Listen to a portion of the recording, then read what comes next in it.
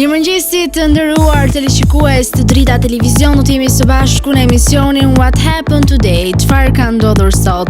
Data sot shënon 26 maj dhe ne kemi përgatitur disa informacione në lidhje me ngjarjet më të rëndësishme që kanë ndodhur në këtë datë, ku ju ftoj që t'i ndiqni.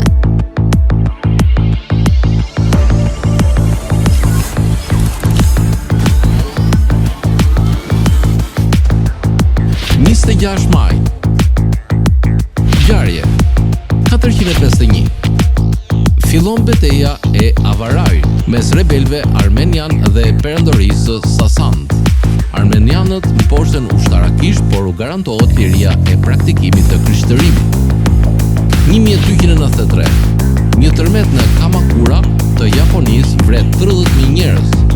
1647 Alcejon bëhet personi përkatësisht gruaja e parë e ekzekutuar si shtrik në kolonitë amerikane, kur varet në Hartford, Connecticut.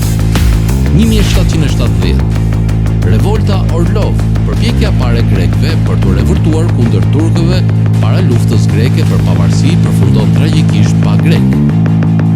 Lindje 1566 Lindi Mehmeti III, sultani perandorisë osmane. 1867 Lindi Maria Otechka, mbretëresh britanike. 1907 Lindi John Wayne, aktor amerikan. 1926 Lindi Miles Davis, trompetist amerikan. 1943 Lindi Ismet Bekriç, letrar bosnjak. 1949 Lindi Ward Cunningham, themeluesi i Wikit të parë. Vdekje 1421 Vdik Mehmeti i parë, sultani perandorisë osmane. 1512 Vdik Bayezidi II, sultani perandorisë osmane. 1762 Vdik Alexander Gottlieb Magmarten, filozof gjerman. 1941 Vdik Vasilaçi, atentatori Viktor Emanuel i parë, dënohet me vdekje dhe pushkatohet. 1976 Vdik Martin Heidegger, filozof gjerman.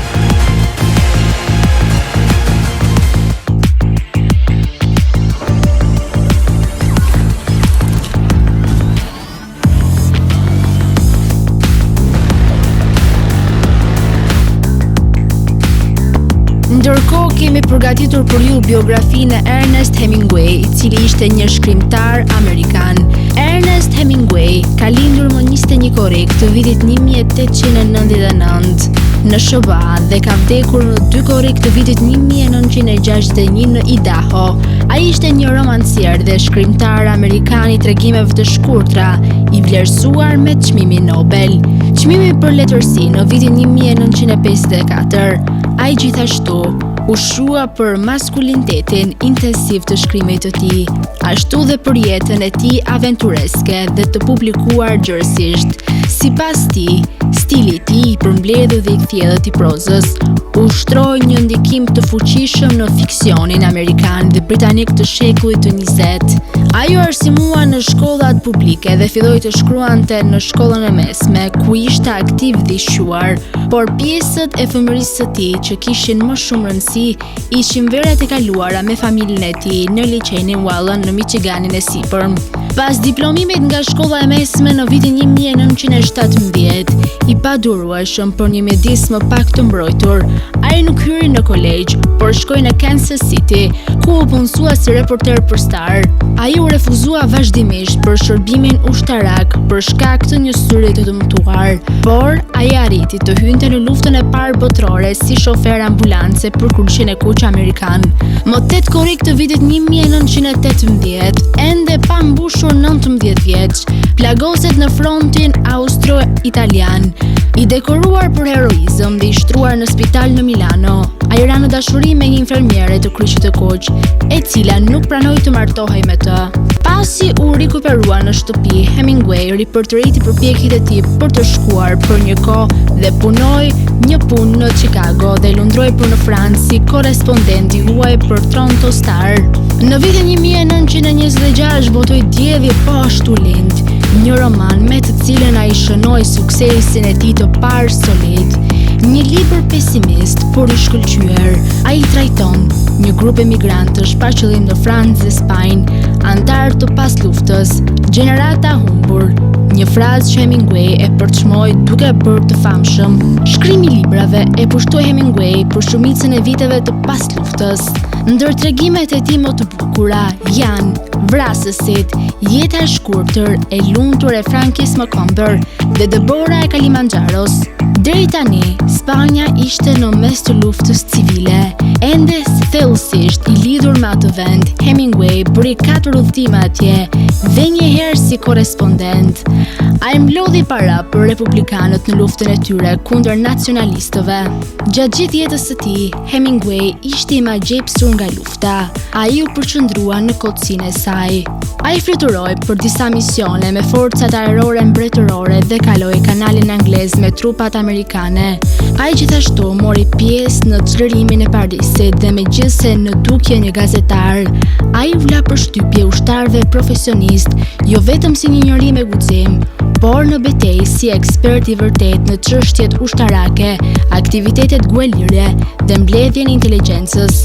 Pas luftës në Europë, Hemingway u kthye në shtëpinë e tij në Kubë dhe filloi të punonte sërish seriozisht. Ai gjithashtu udhtoi dhe më shumë. Së fundmi bëri një udhtim në Afrikë ku plagos në një aksident avione. Menjëherë pas kësaj, në vitin 1953, ai mori çmimin Pulitzer në letërsinë artistike për Plaku dhe deti, një roman i shkurtër heroik për një peshkatar të vjetur kuban, i cili pas një betejë të gjatë ngri një grep dhe bark, një marlin gjigant vetëm për ta ngrënë atë, nga pashkaqen të pangopur gjatë udhëtimit të tij gjatë në shtëpi. Në vitin 1960, Hemingway ishte larguar nga Kuba dhe ishte vendosur në Idaho. Ai la pas një sasi të konsiderueshme dorëshkrimesh, disa prej të cilave janë botuar.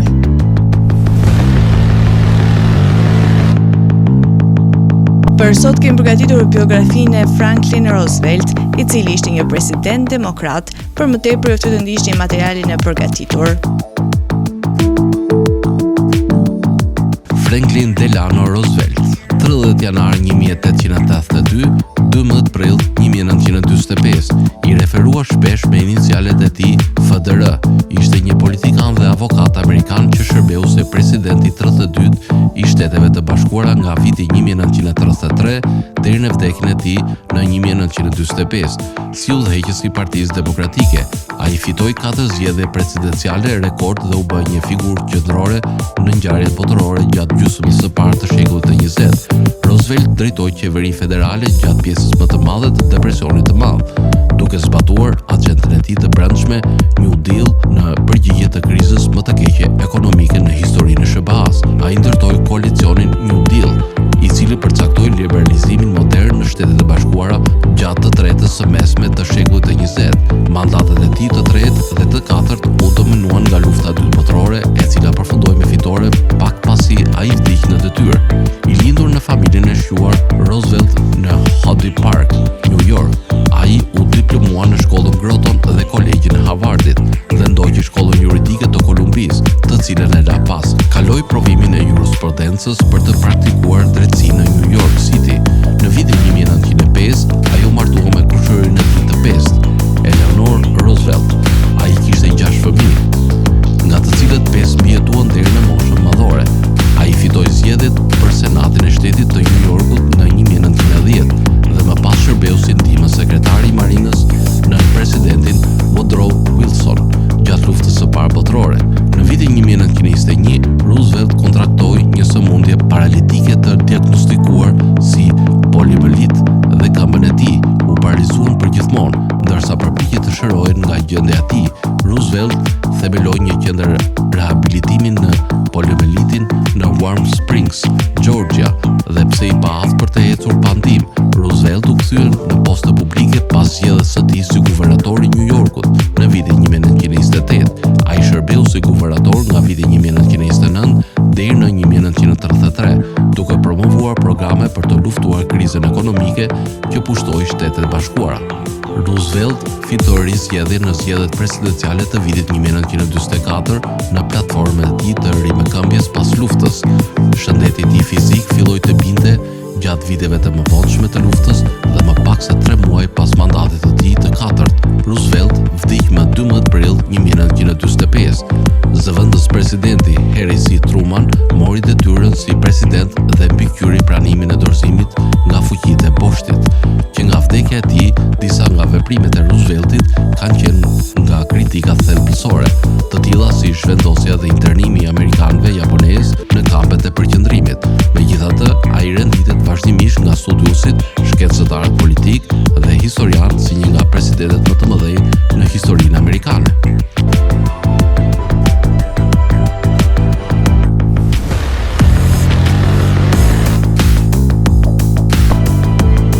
Kalojmë në rubrikën Kuriozitete, ku ndryshe nga dje kur folëm për komunikimin e delfinëve, sot do të flasim për kërcimin që përdorin bletët për të komunikuar. Vadhja e bletëve është një metodë komplekse komunikimi që bletët punëtore përdorin për të ndarë informacione për burimet e ushqimit, si nektari dhe poleni, dhe ka 2 lloje kryesore të valleve të tyre. Vallja rrethore, kur përdoret, kjo vallë përdoret kur burimi i ushqimit është afër, zakonisht brenda 50 deri në 100 metrave nga kosherja. Forma dhe lëvizja. Bleta kryen lëvizje rrethore, herë në njërin anë dhe herë në anën tjetër. Informacioni i përcjell. Kjo vallë tregon vetëm që ushqimi është afër, por nuk jep informacione për drejtimin specifik. Vallja tjetër, quhet vallja e lëkundjes, përdoret kur burimi i ushqimit është më larg, zakonisht mbi 100 metra nga kosherja. Forma dhe lëvizja. Bleta bën një lëvizje në formë të figurës 8 dhe lëkundet ndërsa ecën në pjesën qendrore të valles. Lëkundjet ndodhen gjatë segmentit të drejtë të valles. Informacioni i përcjell. Orientimi i segmentit të lëkundjes në raport me diellin tregon drejtimin e burimit të ushqimit në lidhje me pozicionin e diellit. Gjatësia dhe shpejtësia e segmentit të lëkundjes japin një ide për distancën. Sa më i gjatë dhe më i ngadalshëm segmenti, aq më larg është burimi. Komponentët e komunikimit. Frekuenca e lëkundjes. Numri i lëkundjeve gjatë segmentit të drejtë të valles është proporcional me distancën e burimit të ushqimit. Këndi i valles. Këndi që bleta krijon me segmentin e lëkundjes në lidhje me drejtimin e diellit tregon drejtimin specifik të burimit të ushqimit. Shijimi dhe aroma. Bleta që vallëzon shpeshherë ka mbetje të nektarit ose polenit nga burimi, që lejon bletët e tjera të identifikojnë aromën dhe shijen e ushqimit. Efikasiteti i foragjerimit. Duke darë informacion të detajuar për burimet e ushqimit, bletët mund të përdorin më mirë energjinë dhe të maksimizojnë efikasitetin e tyre në mbledhjen e ushqimit. Struktura sociale. Këto valle ndihmojnë në ruajtjen e strukturës së organizuar të kolonisë dhe sigurojnë që burimet të ndahen në mënyrë efektive. Adaptimi dhe mbijetesa. Komunikimi përmes valleve ndihmon koloninë të përshtatet shpejt me ndryshimet në midis dhe të mbijetojë gjatë periudhave të vështira. Studimi i valleve të bletëve ka qenë i rëndësishëm për kuptimin e etologjisë dhe komunikimit të kafshëve. Karl von Frisch, një biolog austriak, fitoi çmimin Nobel në vitin 1973 për zbulimet e tij mbi gjuhën e vallësimit të bletëve, duke hedhur dritë mbi kompleksitetin dhe sofistikimin e këtij sistemi të komunikimit.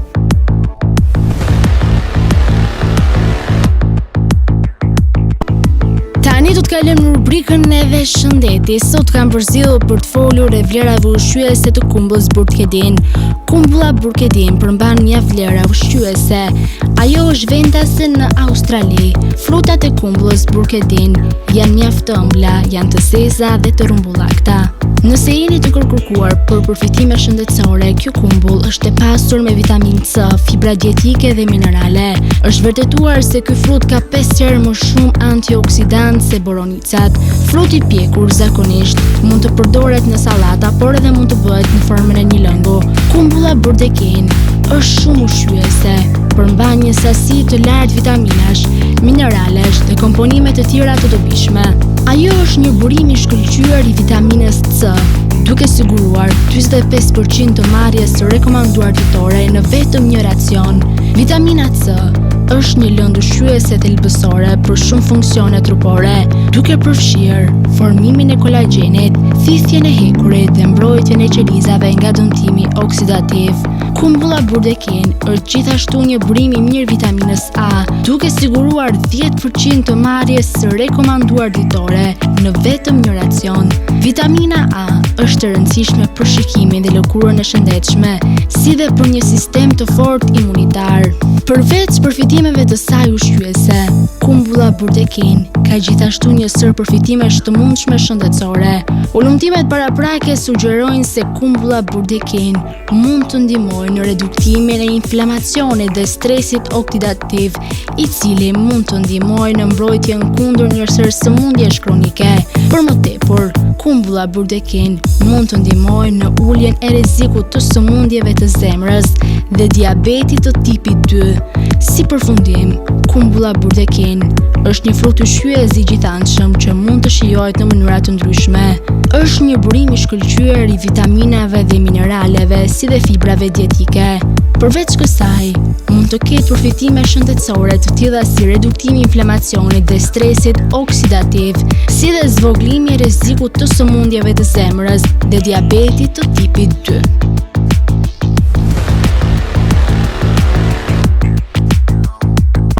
Tani uftoj të ndiqni parashikimin e motit në territorin shqiptar.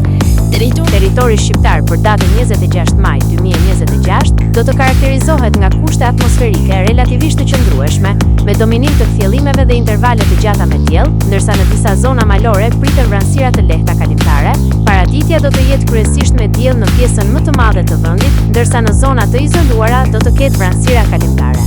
Pasditja vijon me dëmot të ngrohtë dhe rreshje të dobta lokale në zonat lindore dhe malore. Temperatura minimale pritet të zbresë deri në 10 gradë Celsius, ndërsa ajo maksimale do të arrijë deri në 31 gradë Celsius. Gjatë ditës priten rreth 9 deri në 11 orë me diell.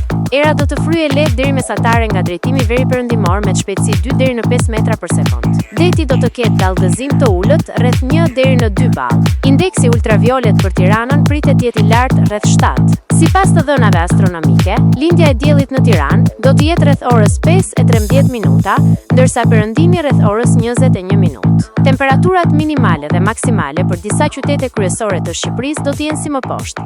Shkodër, 16 deri në 30 gradë Celsius. Kukës, 13 deri në 28 gradë Celsius. Peshkopi, 12 deri në 27 gradë Celsius. Tiranë, 15 deri në 28 gradë Celsius. Durrës, 17 deri në 27 gradë Celsius. Kavaj, 16 deri në 27 gradë Celsius. Elbasan, 13 deri në 30 gradë Celsius. Berat, 18 deri në 31 gradë Celsius. Korç, 10 deri në 25 gradë Celsius.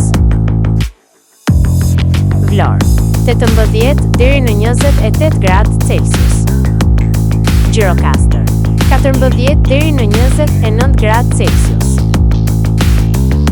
Saran, 17 deri në 28 gradë Celsius. Tani uftoj të ndiqni parashikimin e motit në territorin e Kosovës.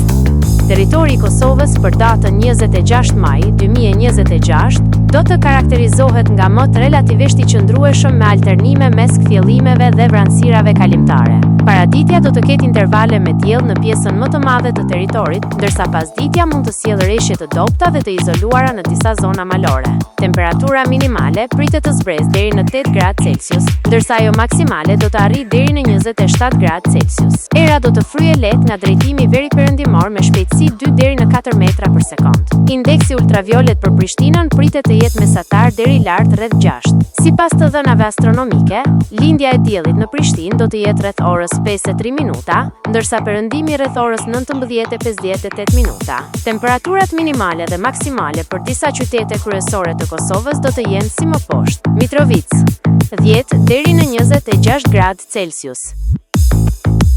Podujev, 8 deri në 25 gradë Celsius.